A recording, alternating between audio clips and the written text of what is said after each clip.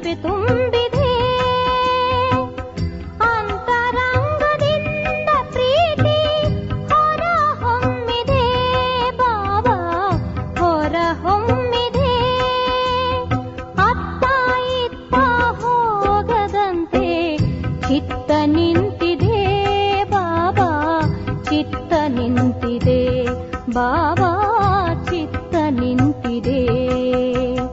ಓ ಬಾಬಾ ಶಿವ ಬಾಬಾ, ಓ ಬಾಬಾ ಪ್ರಿಯ ಬಾಬಾ.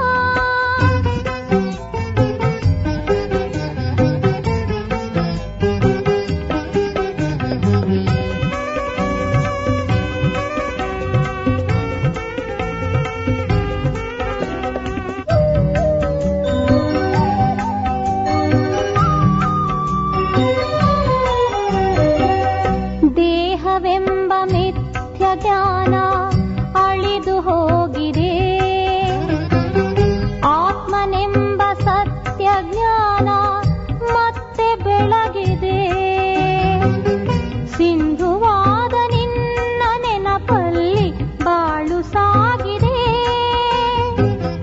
ಅತ್ತ ಇತ್ತ ಹೋಗದಂತೆ ಚಿತ್ತ ನಿಂತಿದೆ ಬಾಬಾ, ಚಿತ್ತ ನಿಂತಿದೆ.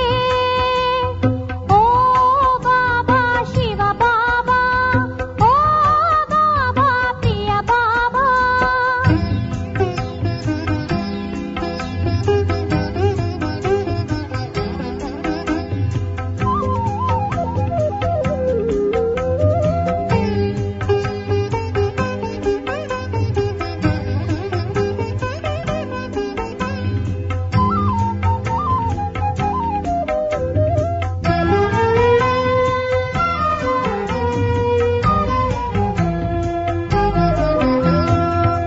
ತನುವು ಮನವು ಎಲ್ಲ ನಿನಗೆ ಅರ್ಪಿತವಾಗಿದೆ.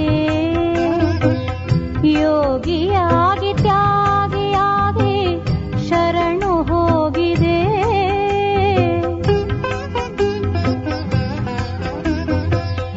ತನುವು ಮನವು ಎಲ್ಲ ನಿನಗೆ ಅರ್ಪಿತವಾಗಿದೆ. ಯೋಗಿಯಾಗಿ ತ್ಯಾಗಿಯಾಗಿ ಶರಣು ಹೋಗಿದೆ. ನಿನ್ನ ಪ್ರೀತಿ ಆಳದಲ್ಲಿ ಮುಳುಗಿ ಹೋಗಿದೆ.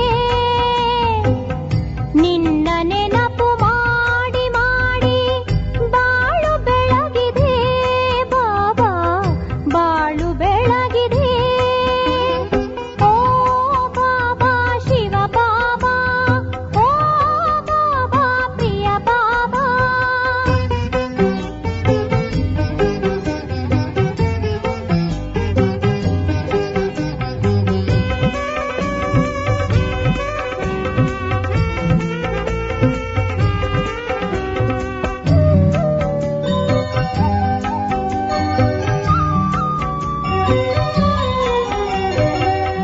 ಕಾಮ ಕ್ರೋಧ ಲೋಭ ಮೋಹ ಅಳಿದು ಹೋಗಿದೆ.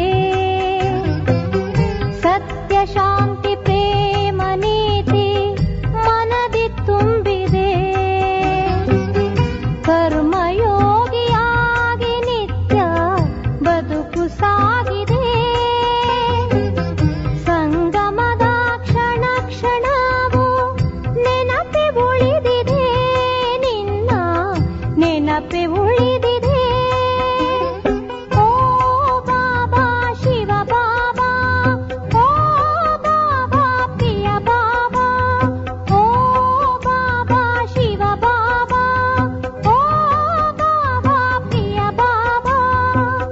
ಶ್ವಾಸ ಶ್ವಾಸದಲ್ಲಿ ಬಾಬಾ ನೆನಪೆ ತುಂಬಿದೆ.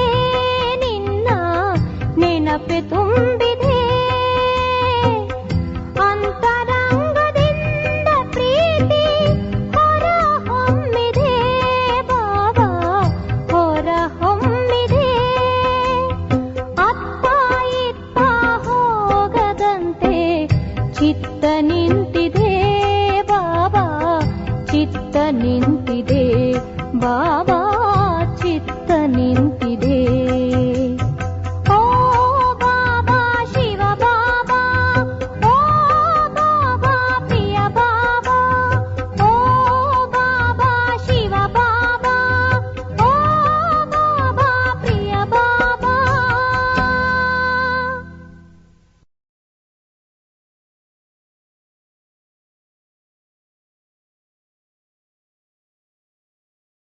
ಓಂ ಶಾಂತಿ.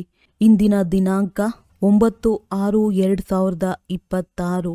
ಪ್ರಾರ್ಥ ಮುರುಳಿ ಬಾಪ್ ದಾದಾ ಮಧುಬನ. ಮಧುರ ಮಕ್ಕಳೇ, ತಂದೆಯ ಜೊತೆ ಆರುವುದಕ್ಕಾಗಿ ಸಂಪೂರ್ಣ ಪವಿತ್ರರಾಗಿ, ಸಂಪೂರ್ಣ ಬಲಿಹಾರಿಯಾಗಿ, ಈ ದೇಹವು ನನ್ನದಲ್ಲ, ಪೂರ್ಣ ಅಶರೀರಿಯಾಗಿರಿ. ಪ್ರಶ್ನೆ: ಶ್ರೇಷ್ಠ ಗುರಿಯನ್ನು ತಲುಪುವುದಕ್ಕಾಗಿ ಯಾವ ಭಯವು ಹೊರಟು ಹೋಗಬೇಕು? ಉತ್ತರ: ಕೆಲವು ಮಕ್ಕಳು ಮಾಯೆಯ ಬಿರುಗಾಳಿಗೆ ಬಹಳ ಹೆದರುತ್ತಾರೆ. ಬಾಬಾ, ಬಿರುಗಾಳಿಗಳು ಬಹಳ ತೊಂದರೆ ಕೊಡುತ್ತವೆ, ಇವನ್ನು ತಡೆಯಿರಿ ಎಂದು ಹೇಳುತ್ತಾರೆ. ತಂದೆಯು ತಿಳಿಸುತ್ತಾರೆ, ಮಕ್ಕಳೇ, ಇದು ಮಲ್ಲ ಯುದ್ಧವಾಗಿದೆ. ಆ ಮಲ್ಲ ಯುದ್ಧದಲ್ಲಿಯೂ ಒಂದೇ ಕಡೆಯಿಂದ ಯುದ್ಧವು ಆಗುವುದಿಲ್ಲ. ಒಂದು ವೇಳೆ ಒಬ್ಬರು 10 ಏಟುಗಳನ್ನು ಹೊಡೆದರೆ ಇನ್ನೊಬ್ಬರು 5 ಏಟುಗಳನ್ನು ಖಂಡಿತ ಹೊಡೆಯುವರು. ಆದ್ದರಿಂದ ನೀವು ಖಂಡಿತ ಹೆದರಬಾರದು. ಮಹಾವೀರರಾಗಿ ವಿಜಯಿಗಳಾಗಬೇಕಾಗಿದೆ. ಆಗಲೇ ಶ್ರೇಷ್ಠ ಗುರಿಯನ್ನು ತಲುಪುತ್ತೀರಿ. ಗೀತೆ: ಪ್ರತಿಜ್ಞೆ ಮಾಡಿ ಧರೆಯ ಮೇಲೆ ಬಂದಿದ್ದೇವೆ. ಓಂ ಶಾಂತಿ. ಮಕ್ಕಳು, ಗೀತೆಯನ್ನು ಕೇಳಿದ್ದೀರಿ. ಅವಶ್ಯವಾಗಿ ಗೀತೆಯಲ್ಲಿ ಯಾವುದೋ ರಹಸ್ಯವಿದೆ. ಈ ರೆಕಾರ್ಡನ್ನು ಖರೀದಿಸಿ ತಂದೆಯು ಇದರ ಅರ್ಥವನ್ನು ತಿಳಿಸುತ್ತಾರೆ. ಜೀವಿಸಿದಂತೆಯೇ ಸತ್ತು ತಂದೆಯ ಮಕ್ಕಳಾಗುವುದು ಎಂದು ಇದಕ್ಕೆ ಹೇಳಲಾಗುತ್ತದೆ. ತಂದೆಯ ಮಕ್ಕಳಾದ ಮೇಲೆ ಶಿಕ್ಷಕರನ್ನು ಮಾಡಿಕೊಳ್ಳುವುದು. ಶಿಕ್ಷಕರ ನಂತರ ಅನೇಕರು ಗುರುಗಳನ್ನು ಮಾಡಿಕೊಳ್ಳುತ್ತಾರೆ. ಕ್ರಿಶ್ಚಿಯನ್ನರು ಸಹ ಮಗು ಜನ್ಮ ಪಡೆದಾಗ ಕ್ರಿಶ್ಚಿಯನೈಸ್ ಮಾಡುತ್ತಾರೆ, ಗುರುವಿನ ಮಡಿಲಿಗೆ ಕೊಡುತ್ತಾರೆ. ಪಾದ್ರಿಯಾಗಿರಲಿ ಅಥವಾ ಯಾರೇ ಆಗಿರಲಿ. ಆದರೆ ಪಾದ್ರಿಯಂತೂ ಕ್ರೈಸ್ಟ್ ಆಗಲಿಲ್ಲ. ಅವರ ಹೆಸರಿನ ಮೇಲೆ ನಾವು ಕ್ರಿಶ್ಚಿಯನ್ನರಾಗುತ್ತೇವೆಂದು ಹೇಳುತ್ತಾರೆ. ಈಗ ನೀವು ಮಕ್ಕಳು ಮೊದಲು ತಂದೆಯ ಮಕ್ಕಳಾಗುತ್ತೀರಿ, ಅಶರೀರಿಯಾಗುತ್ತೀರಿ. ತಮ್ಮ ತನು, ಮನ, ಧನ ಏನೆಲ್ಲವೂ ಇದೆಯೋ ಅದನ್ನು ತಂದೆಗೆ ಅರ್ಪಣೆ ಮಾಡುತ್ತೀರಿ. ಜೀವಿಸಿದಂತೆಯೇ ಸಾಯುತ್ತೇವೆ, ಅರ್ಥಾತ್ ನಾವಾತ್ಮರು ಅವರ ಮಕ್ಕಳಾಗುತ್ತೇವೆ. ಇದು ಬುದ್ಧಿಯಲ್ಲಿರಬೇಕಾಗಿದೆ. ನನ್ನದು ಏನೆಲ್ಲ ವಸ್ತುಗಳಿವೆಯೋ, ನನ್ನ ಶರೀರ, ನನ್ನ ಹಣ, ಅಧಿಕಾರ, ಸಂಬಂಧ ಇತ್ಯಾದಿಗಳೆಲ್ಲವನ್ನು ಮರೆಯುತ್ತೇವೆ. ಹೇಗೆ ಸತ್ತ ನಂತರ ಎಲ್ಲವೂ ಮರೆತು ಹೋಗುತ್ತದೆ ಎಲ್ಲವೇ, ಹಾಗೆಯೇ ಇದು ಬಹಳ ದೊಡ್ಡ ಗುರಿಯಾಗಿದೆ. ನಾವು ಅಶರೀರಿ ಆತ್ಮರಾಗಿದ್ದೇವೆ. ಇದನ್ನು ಪಕ್ಕಾ ಮಾಡಿಕೊಳ್ಳಬೇಕಾಗಿದೆ. ನೀವು ಶರೀರವನ್ನು ಬಿಟ್ಟು ಸತ್ತು ಹೋಗುತ್ತೀರೆಂದಲ್ಲ, ಆತ್ಮವು ಇನ್ನೂ ಸಂಪೂರ್ಣವಾಗಿದೆಯೇ? ಬಲೆ, ತಂದೆಯ ಮಕ್ಕಳಾಗಿದ್ದೀರಿ. ಆದರೆ ತಂದೆಯೇ ಹೇಳುತ್ತಾರೆ, ನೀವಾತ್ಮರು ಇನ್ನೂ ಅಪವಿತ್ರರಾಗಿದ್ದೀರಿ. ಆತ್ಮದ ರೆಕ್ಕೆಗಳು ತುಂಡಾಗಿದೆ. ಈಗ ಆತ್ಮವು ಹಾರಲಾಗುತ್ತಿಲ್ಲ. ತಮೋಪ್ರಧಾನವಾಗಿರುವ ಕಾರಣ ಯಾರೊಬ್ಬರೂ ಹಿಂತಿರುಗಿ ಹೋಗಲು ಸಾಧ್ಯವಿಲ್ಲ. ಮಾಯೆಯು ಒಮ್ಮೆಲೇ ರೆಕ್ಕೆಗಳನ್ನು ಕತ್ತರಿಸಿ ಹಾಕಿದೆ. ತಂದೆಯು ತಿಳಿಸುತ್ತಾರೆ, ಆತ್ಮವು ಎಲ್ಲದಕ್ಕಿಂತ ತೀಕ್ಷ್ಣವಾಗಿ ಹಾರುತ್ತದೆ. ಅದಕ್ಕಿಂತಲೂ ತೀಕ್ಷ್ಣವಾದ ವಸ್ತು ಮತ್ಯಾವುದೂ ಇಲ್ಲ. ಆತ್ಮಕ್ಕೆ ಸರಿಸಮನಾಗಿ ಮತ್ಯಾವುದೇ ವಸ್ತು ತಲುಪುವುದಿಲ್ಲ. ಕೊನೆಯಲ್ಲಿ ಎಲ್ಲ ಆತ್ಮರು ಸೊಳ್ಳೆಗಳ ಉಪಾಧಿಯಲ್ಲಿ ಹಾರುತ್ತಾರೆ. ಎಲ್ಲಿಗೆ ಹೋಗುತ್ತಾರೆ? ಬಹಳ ದೂರ, ಸೂರ್ಯ ಚಂದ್ರರಿಗಿಂತಲೂ ಮೇಲೆ. ಅಲ್ಲಿಂದ ಮತ್ತೆ ಹಿಂತಿರುಗುವುದಿಲ್ಲ. ಈ ರಾಕೆಟ್ ಇತ್ಯಾದಿಗಳು ಹೋಗಿ ಹಿಂತಿರುಗಿ ಬರುತ್ತವೆ. ಸೂರ್ಯನವರೆಗೂ ತಲುಪಲು ಸಾಧ್ಯವಿಲ್ಲ. ನೀವಂತೂ ಅದಕ್ಕಿಂತಲೂ ಬಹಳ ದೂರ ತಲುಪಬೇಕಾಗುತ್ತದೆ. ಸೂಕ್ಷ್ಮ ವತನಕ್ಕಿಂತಲೂ ಮೇಲೆ ಮೂಲ ವತನಕ್ಕೆ ಹೋಗಬೇಕಾಗಿದೆ. ಆತ್ಮಕ್ಕೆ ರೆಕ್ಕೆಗಳು ಸಿಗುತ್ತವೆ. ಲೆಕ್ಕಾಚಾರಗಳೆಲ್ಲವನ್ನೂ ಮುಗಿಸಿ ಆತ್ಮವು ಪವಿತ್ರವಾಗಿ ಬಿಡುತ್ತದೆ.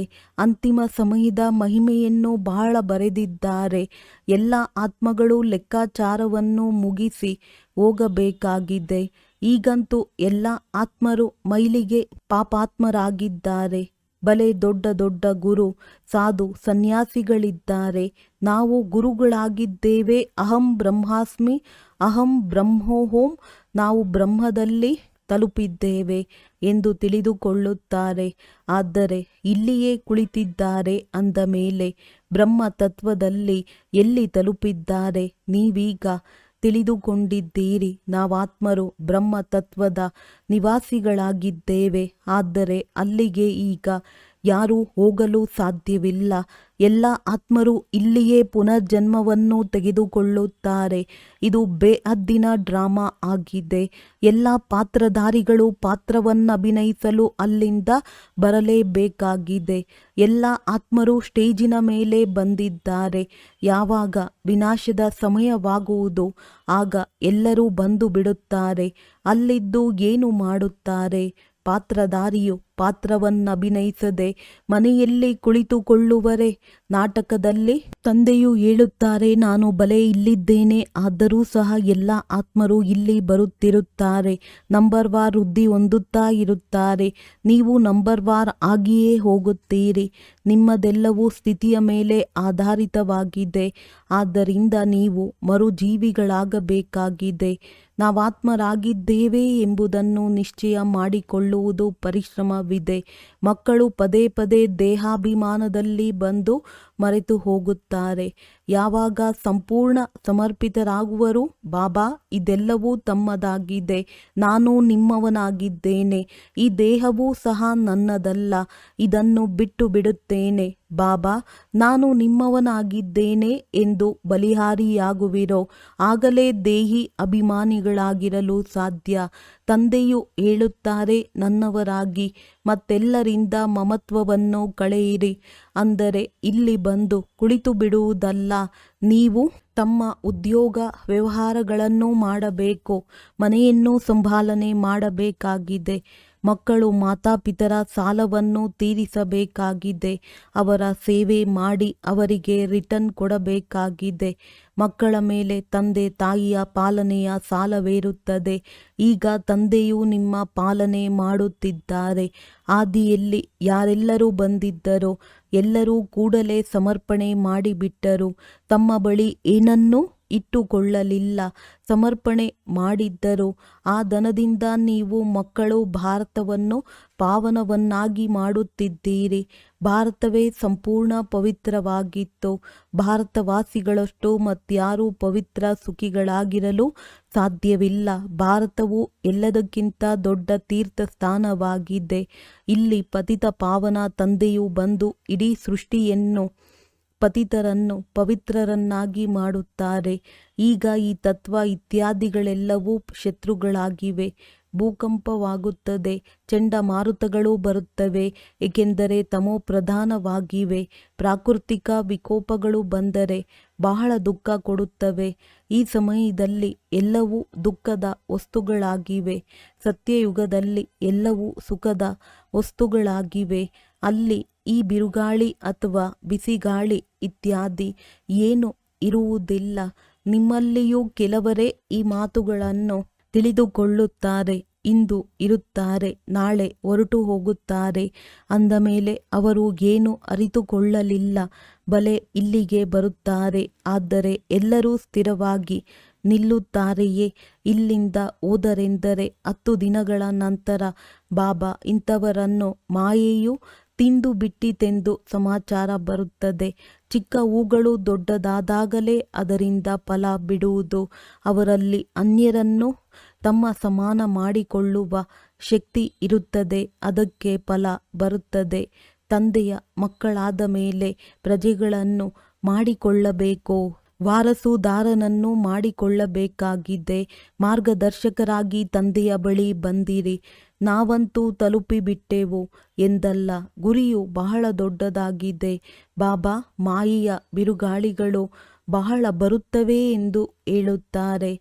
ನೀವು ತಂದೆಯ ಮಕ್ಕಳಾಗಿದ್ದೀರಿ ಅಂದ ಮೇಲೆ ಬಿರುಗಾಳಿಗಳಂತೂ ಬಂದೇ ಬರುತ್ತವೆ. ಕೆಲವರು ಹೇಳುತ್ತಾರೆ, ಬಾಬಾ ನಾವು ನಿಮ್ಮವರಾಗಿದ್ದೆವು, ತಮ್ಮಿಂದ ಆಸ್ತಿಯನ್ನು ತೆಗೆದುಕೊಂಡಿದ್ದೆವು, ನಂತರ ಪುನರ್ಜನ್ಮವನ್ನು ತೆಗೆದುಕೊಳ್ಳುತ್ತಾ 84 ಜನ್ಮಗಳನ್ನು ಕಳೆದೆವು.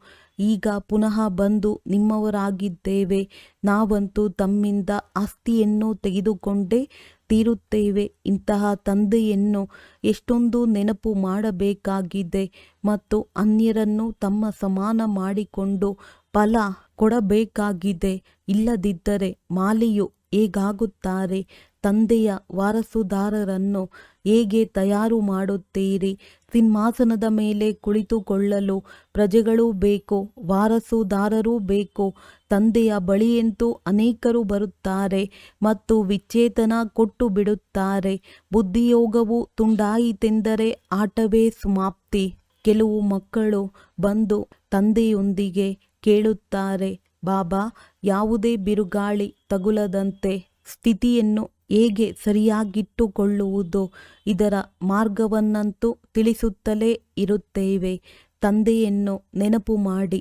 ಬಿರುಗಾಳಿಗಳಂತೂ ಬರುತ್ತವೆ. ಮಲ್ಲ ಯುದ್ಧದಲ್ಲಿ ಕೇವಲ ಒಬ್ಬರೇ ಹೊಡೆಯುತ್ತಿರುವುದನ್ನು ಎಲ್ಲಿಯಾದರೂ ನೋಡಿದ್ದೀರಾ?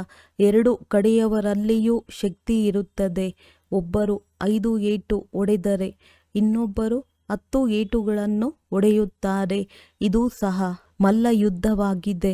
ತಂದೆಯನ್ನು ನೆನಪು ಮಾಡುತ್ತಾ ಇದ್ದಾಗ ಮಾಯೆಯು ದೂರವಾಗುವುದು.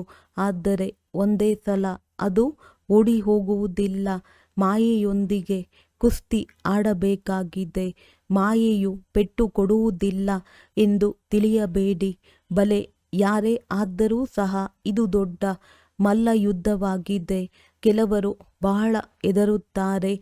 ಮಾಯೆಯು ಒಮ್ಮೆಲೆ ಉಸಿರು ಕಟ್ಟಿಸುತ್ತದೆ. ಯುದ್ಧ ಸ್ಥಳವಲ್ಲವೇ? ಬುದ್ಧಿಯೋಗವನ್ನು ಇಡುವುದರಲ್ಲಿ ಮಾಯೆಯು ಬಹಳ ವಿಘ್ನಗಳನ್ನು ಹಾಕುತ್ತದೆ. ಪರಿಶ್ರಮವೆಲ್ಲವೂ ಯೋಗದಲ್ಲಿದೆ.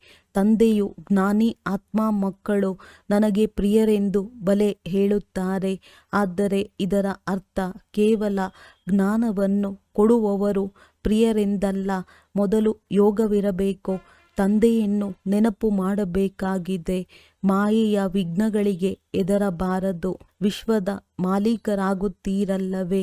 ಎಲ್ಲರೂ ಆಗುವರೇ? 16,108ರ ಮಾಲೆಯಂತೂ ಬಹಳ ದೊಡ್ಡದಾಗಿದೆ. ಅಂತ್ಯದಲ್ಲಿ ಮುಕ್ತಾಯವಾಗುತ್ತದೆ. ತ್ರೇತಾದ ಅಂತ್ಯದವರೆಗೂ ಎಷ್ಟೊಂದು ರಾಜಕುಮಾರ ಕುಮಾರಿಯರಾಗುತ್ತಾರೆ. ಕೆಲವು ಸಾಕ್ಷಿಗಳು ಇವೆಯಲ್ಲವೇ? 8ರ ಮಾಲೆಯ ಗುರುತು ಇದೆ, 108ರ ಮಾಲೆಯೂ ಇದೆ. ಇದು ಸರಿಯಾಗಿದೆ. ತ್ರೇತಾದ ಅಂತ್ಯದಲ್ಲಿ ಇಷ್ಟು 16,108 ರಾಜಕುಮಾರ ಕುಮಾರಿಯರಿರುತ್ತಾರೆ.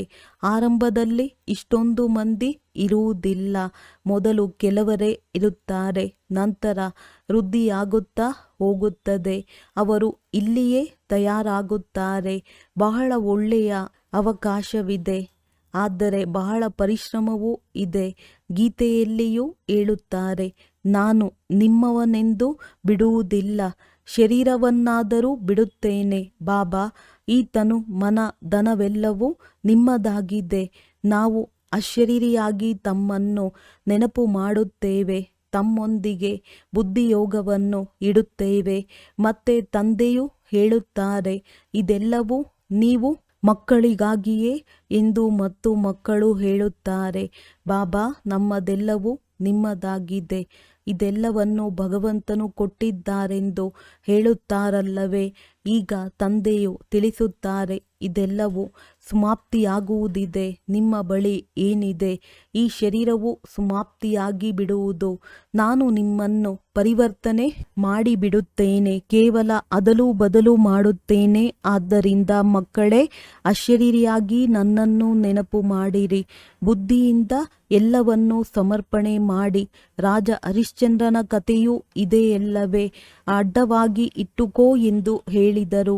ತಂದೆಯು ತಿಳಿಸುತ್ತಾರೆ, ಇವೆಲ್ಲ ಶಾಸ್ತ್ರ ಮೊದಲಾದವುಗಳ ಸಾರವನ್ನು ನಿಮಗೆ ತಿಳಿಸುತ್ತೇನೆ. ನಾನೇ ನಿಮ್ಮನ್ನು ಬ್ರಹ್ಮರವರ ಮುಖದ ಮೂಲಕ ರಾಜರಾಣಿಯರನ್ನಾಗಿ ಮಾಡಿದ್ದೆನು. ಈಗ ಪುನಃ ಮಾಡುತ್ತೇನೆ. ಮನುಷ್ಯರಿಗೆ ಗೀತೆಯನ್ನು ತಿಳಿಸಿ, ರಾಜಯೋಗವನ್ನು ಕಲಿಸಿ ಎಂದು ರಾಜರಾಣಿಯರನ್ನಾಗಿ ಮಾಡಲು ಸಾಧ್ಯವಿಲ್ಲ. ಅಂದ ಮೇಲೆ ಗೀತೆಯನ್ನು ಕೇಳುವುದಿಂದರೇನು ಲಾಭ? ತಂದೆಯು ಹೇಳುತ್ತಾರೆ, ನಾನೇ ಕಲ್ಪಕಲ್ಪವೂ ಬಂದು ನಿಮ್ಮನ್ನು ಸ್ವರ್ಗದ ಮಾಲೀಕರನ್ನಾಗಿ ಮಾಡುತ್ತೇನೆ. ನನ್ನವರಾದಾಗಲೇ ವಾರಸುದಾರರಾಗುತ್ತೀರಲ್ಲವೇ? ಆದ್ದರಿಂದ ಎಷ್ಟು ಯೋಗದಲ್ಲಿರುತ್ತೀರೋ ಅಷ್ಟು ಶುದ್ಧವಾಗುತ್ತಾ ಹೋಗುತ್ತೀರಿ. ಬಾಬಾ, ಇದೆಲ್ಲವೂ ತಮ್ಮದಾಗಿದೆ. ನಾವು ಕೇವಲ ನಿಮಿತ್ತರಾಗಿದ್ದೇವೆ. ನಿಮ್ಮ ಆಜ್ಞೆ ಇಲ್ಲದೆ ನಾವು ಏನನ್ನೂ ಮಾಡುವುದಿಲ್ಲ. ಶರೀರ ನಿರ್ವಹಣೆ ಹೇಗೆ ಮಾಡುವುದೆಂಬುದನ್ನು ಸಹ ಮತ ತೆಗೆದುಕೊಳ್ಳುತ್ತಾರೆ. ಬಹಳ ಮಟ್ಟಿಗೆ ಬಡವರೇ ಪೂರ್ಣ ಲೆಕ್ಕವನ್ನು ತಿಳಿಸುತ್ತಾರೆ. ಸಾಹುಕಾರರು ತಿಳಿಸುವುದಿಲ್ಲ. ಅವರು ಸಮರ್ಪಣೆಯಾಗಲು ಸಾಧ್ಯವಿಲ್ಲ. ಕೆಲವರೇ ವಿರಳ ಅಂತವರು ಬರುತ್ತಾರೆ. ಹೇಗೆ ಒಬ್ಬ ಜನಕನ ಹೆಸರಿದೆ, ಮಕ್ಕಳು ಮರಿ ಜಂಟಿ ಆಸ್ತಿ ಇದೆ ಅಂದ ಮೇಲೆ ಅದು ಹೇಗೆ ಬೇರ್ಪಡಿಸುವುದು? ಸಮರ್ಪಣೆಯಾಗಲು ಸಾಹುಕಾರರು ತಮ್ಮ ಆಸ್ತಿಯನ್ನು ಬೇರ್ಪಡಿಸುವುದಾದರೂ ಹೇಗೆ? ತಂದೆಯು ಬಡವರ ಬಂಧುವಾಗಿದ್ದಾರೆ. ಎಲ್ಲರಿಗಿಂತ ಬಡವರು ಮಾತೆಯರಾಗಿದ್ದಾರೆ. ಅವರಿಗಿಂತಲೂ ಹೆಚ್ಚು ಬಡವರು ಕನ್ಯೆಯರಾಗಿದ್ದಾರೆ. ಕನ್ಯೆಗೆ ಎಂದು ಆಸ್ತಿಯ ನಶೆ ಇರುವುದಿಲ್ಲ. ಗಂಡು ಮಕ್ಕಳಿಗಾದರೆ ತಂದೆಯ ಆಸ್ತಿಯ ನಶೆ ಇರುತ್ತದೆ. ಅಂದಾಗ ಅದೆಲ್ಲವನ್ನೂ ಬಿಟ್ಟು ಮತ್ತೆ ವೈಕುಂಠದ ಆಸ್ತಿಯನ್ನು ತೆಗೆದುಕೊಳ್ಳಬೇಕಾಗಿದೆ. ಯಾವಾಗಲೂ ಬಡವರಿಗೆ ದಾನ ಮಾಡಲಾಗುತ್ತದೆ. ಭಾರತವು ಎಲ್ಲದಕ್ಕಿಂತ ಬಡ ದೇಶವಾಗಿದೆ. ಅಮೆರಿಕ ಬಹಳ ಸಾಹುಕಾರನಾಗಿದೆ. ಅದಕ್ಕೆ ಆಸ್ತಿಯನ್ನು ಕೊಡುತ್ತಾರೆಯೇ? ಭಾರತವು ಎಲ್ಲದಕ್ಕಿಂತ ಸಾಹುಕಾರನಾಗಿತ್ತು. ಮತ್ಯಾವುದೇ ಧರ್ಮವಿರಲಿಲ್ಲ. ಕೇವಲ ಭಾರತವಾಸಿಗಳೇ ಇದ್ದರು. ಒಂದು ಭಾಷೆ ಇತ್ತು. ದೇವರೊಬ್ಬನೇ ಆಗಿದ್ದಾನೆ. ನಾನು ಒಂದು ರಾಜ್ಯ, ಒಂದು ಧರ್ಮ, ಒಂದು ಭಾಷೆಯನ್ನು ಸ್ಥಾಪನೆ ಮಾಡುತ್ತೇನೆ. ಒಂದು ಈಶ್ವರೀಯ ಸರ್ಕಾರವನ್ನು ಸ್ಥಾಪನೆ ಮಾಡುತ್ತೇನೆ. ಆ ಒಂದರಿಂದ 2, 3 ಹೀಗೆ ಅನೇಕ ಆಗಿಬಿಡುತ್ತವೆ. ಈಗ ಎಷ್ಟೊಂದು ಧರ್ಮಗಳಿವೆ ಅಂದ ಮೇಲೆ ಪುನಃ ಅವಶ್ಯವಾಗಿ ಒಂದು ಧರ್ಮ ಬರಬೇಕಾಗಿದೆ. 5,000 ವರ್ಷಗಳ ಮಾತಾಗಿದೆ. ಒಂದು ಧರ್ಮವಿತ್ತು. ವಿದ್ವಾಂಸರು ಸತ್ಯಯುಗದ ಆಯಸ್ಸನ್ನು ಲಕ್ಷಾಂತರ ವರ್ಷಗಳೆಂದು ಬರೆದಿದ್ದಾರೆ.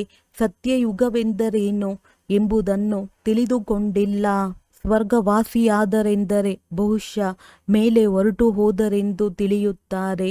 ದಿಲ್ವಾಡ ಮಂದಿರದಲ್ಲಿಯೂ ಸ್ವರ್ಗವನ್ನು ಮೇಲ್ಭಾಗದಲ್ಲಿ ತೋರಿಸಿದ್ದಾರೆ. ಆದ್ದರಿಂದ ಮನುಷ್ಯರು ತಬ್ಬಿಬ್ಬಾಗುತ್ತಾರೆ. ವಾಸ್ತವದಲ್ಲಿ ಸ್ವರ್ಗವೇನು ಮೇಲಿಲ್ಲ. ನೀವೀಗ ತಿಳಿದುಕೊಂಡಿದ್ದೀರಿ. ತಂದೆಯ ಬಳಿ ಹೋಗಿ ಮತ್ತೆ ಇಲ್ಲಿಯೇ ಬಂದು ರಾಜ್ಯ ಮಾಡುತ್ತೇವೆ. ಯಾರಿಗೆ ಬೇಕಾದರೂ ತಿಳಿಸಿಕೊಡುವುದಕ್ಕಾಗಿ ಈ ಜ್ಞಾನವು ಬುದ್ಧಿಯಲ್ಲಿರಬೇಕು. ಕಚ್ಚಾ ಆಗಿರುವವರನ್ನು ಮಾಯ ಹದ್ದು ತಿಂದು ಬಿಡುತ್ತದೆ. ಆದ್ದರಿಂದ ಅವರ ಭಾವಚಿತ್ರಗಳನ್ನು ತರಿಸಲಾಗುತ್ತದೆ ಮತ್ತು ರಿಜಿಸ್ಟರ್ ಇಡಲಾಗುತ್ತದೆ. ಇಂಥವರು ಒಂದೇ ಜ್ಞಾನದ ಬಾಣವನ್ನು ಹೊಡೆದರು. ನಾನು ತಂದೆಯ ಮಗುವಾಗಿ ಬಿಟ್ಟೆನು ಎಂದು ತಂದೆಯ ಬಳಿ ಸಮಾಚಾರಗಳು ಬರುತ್ತವೆ. ಕುಮಾರಿಯರ ಮೂಲಕ ಬಾಣ ಹೊಡೆಸಿದರೆಂದು ಶಾಸ್ತ್ರಗಳಲ್ಲಿಯೂ ಬರೆಯಲ್ಪಟ್ಟಿದೆ. ಅರೆ, ತಂದೆಯನ್ನು ಏಕೆ ಮರೆತಿದ್ದೀರಿ? ಇದಕ್ಕೆ ಜ್ಞಾನ ಬಾಣವೆಂದು ಹೇಳಲಾಗುತ್ತದೆ. ಕೇವಲ ತಂದೆಯ ನೆನಪು ತರಿಸಬೇಕಾಗಿದೆ. ಬಾಕಿ ಯಾವುದೇ ಹಿಂಸಾ ಬಾಣದ ಮಾತಿಲ್ಲ. ತಂದೆಯು ಹೇಳುತ್ತಾರೆ, ನಾನು ಬ್ರಹ್ಮ ಮುಖದಿಂದ ಎಲ್ಲ ಶಾಸ್ತ್ರಗಳ ರಹಸ್ಯವನ್ನು ನಿಮಗೆ ತಿಳಿಸುತ್ತೇನೆ. ಬ್ರಹ್ಮರವರೂ ಸಹ ಅವಶ್ಯವಾಗಿ ಇಲ್ಲಿಯೇ ಇರಬೇಕಲ್ಲವೇ? ಮನುಷ್ಯರು ವಿಷ್ಣುವಿನ ನಾಭಿ ಕಮಲದಿಂದ ಬ್ರಹ್ಮನನ್ನು ತೋರಿಸಿದ್ದಾರೆ. ಏನನ್ನು ತಿಳಿದುಕೊಳ್ಳುವುದಿಲ್ಲ. ಮನುಷ್ಯರಿಗೆ ಏನು ಬಂದಿತೋ ಅದನ್ನು ಬರೆದು ಬಿಟ್ಟರು. ರಿದ್ದಿ ಸಿದ್ಧಿಯವರು ಅನೇಕರಿದ್ದಾರೆ. ಯಾವಾಗ ಸತ್ಯವು ಬರುವುದೋ ಆಗ ಅಸತ್ಯದವರು ಅದನ್ನು ಎದುರಿಸುತ್ತಾರೆ. ಈಗ ನೀವು ತಿಳಿದುಕೊಂಡಿದ್ದೀರಿ. ಶಿವತಂದೆಯು ನಿರಾಕಾರನಾಗಿದ್ದಾರೆ. ಈ ಬ್ರಹ್ಮರವರು ಸಾಕಾರಿಯಾಗಿದ್ದಾರೆ. ಬಾಕಿ ನಾಭಿ ಇತ್ಯಾದಿಗಳ ಯಾವುದೇ ಮಾತಿಲ್ಲ. ಒಳ್ಳೆಯದು. ಮಧುರಾತಿ ಮಧುರ ಅಗಲಿ ಹೋಗಿ ಮರಳಿ ಸಿಕ್ಕಿರುವ ಮಕ್ಕಳ ಪ್ರತಿ ಮಾತ್ಪಿತಾ ಬಾಪ್ದಾದಾರವರ ನೆನಪು, ಪ್ರೀತಿ ಹಾಗೂ ಸುಪ್ರಭಾತ. ಆತ್ಮಿಕ ಮಕ್ಕಳಿಗೆ ಆತ್ಮಿಕ ತಂದೆಯ ನಮಸ್ತೆ. ಧಾರಣೆಗಾಗಿ ಮುಖ್ಯ ಸಾರ. ಈಗ ಜ್ಞಾನಿ ಆತ್ಮರಾಗಬೇಕಾಗಿದೆ. ಕೇವಲ ಜ್ಞಾನವನ್ನು ಕೇಳುವವರು ಹೇಳುವವರಲ್ಲ. ನೆನಪಿನ ಪರಿಶ್ರಮ ಪಡಬೇಕಾಗಿದೆ. ಅಶರೀರಿಯಾಗಿ ಅಶರೀರಿ ತಂದೆಯನ್ನು ನೆನಪು ಮಾಡಬೇಕಾಗಿದೆ. ತಂದೆಯ ಮಕ್ಕಳಾಗಿ ಅನ್ಯ ಎಲ್ಲ ಮಾತುಗಳಿಂದ ಮಮತ್ವವನ್ನು ತೆಗೆಯಬೇಕಾಗಿದೆ, ಕಳೆಯಬೇಕಾಗಿದೆ. ಈ ದೇಹವು ನನ್ನದಲ್ಲ. ಪೂರ್ಣ ದೇಹಿ ಅಭಿಮಾನಿಯಾಗಿ ಸಂಪೂರ್ಣ ಸಮರ್ಪಣೆಯಾಗಬೇಕಾಗಿದೆ.